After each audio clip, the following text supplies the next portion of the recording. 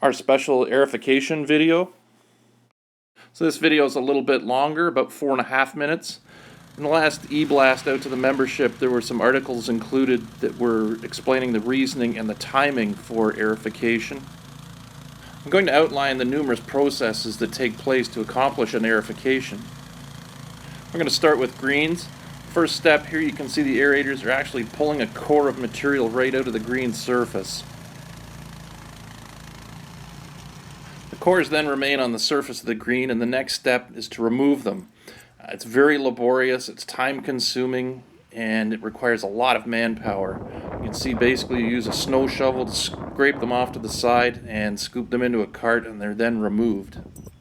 And there is a lot of material removed, as you can see from this photo, where we've been stockpiling the cores. The next step is to replace the cores with top dressing sand. You can see from the previous photo that there is a lot of material required to fill those holes.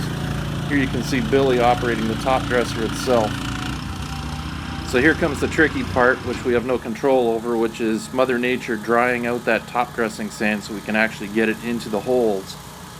We've moved away from an actual physical brush moving the sand around, and we've gone to blowers. We've modified our leaf blowers with an attachment that blows the sand directly down into those holes. We feel that by using these blowers we create a lot less stress on the turf. This helps in speeding up the healing. Here you can see Ryan and Ron both using our new attachments. These again were fabricated by our mechanic Rick.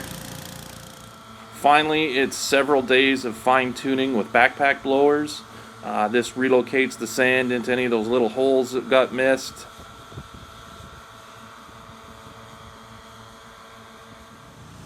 Moving on to fairway aeration. It is similar to the greens aeration process we just described, but there are a few little differences. The biggest one being that the area is 10 times that of our greens, about 23 acres in total. A larger hollow coring tine is used on fairways. It is bigger than the ones used on greens and tees, about 3/4 of an inch in diameter. Another difference compared to aerating a green or a tee is the cores are actually not removed. So once again, cores are not removed, but they are actually broken up and reworked back into the fairway. Here we can see a chain harrow being dragged by one of our heavy-duty carts. As he goes by, you can see that it smashes the plug into pieces. You can see as we follow in behind that being dry, the cores definitely break up and mat in a lot easier than when wet. Again, Mother Nature has a lot to do with the success of an aerification program.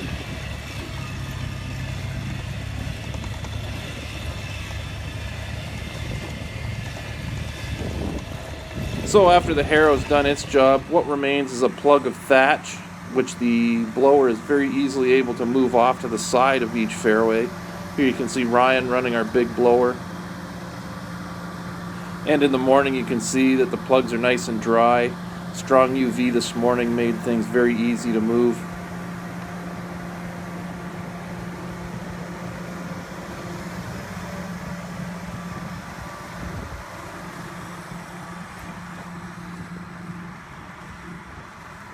And the final step in the process, after the cores have been blown off to the side of each fairway, you can see our vacuum travels along and sucks them up.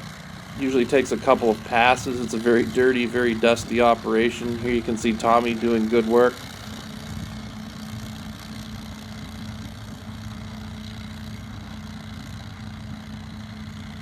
So that in a nutshell is a quick overview of the processes that we go through when we aerify.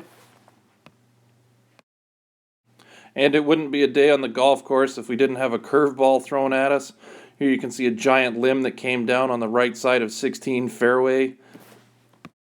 Next video, we'll be able to show you some recovering turf grass post-aerification.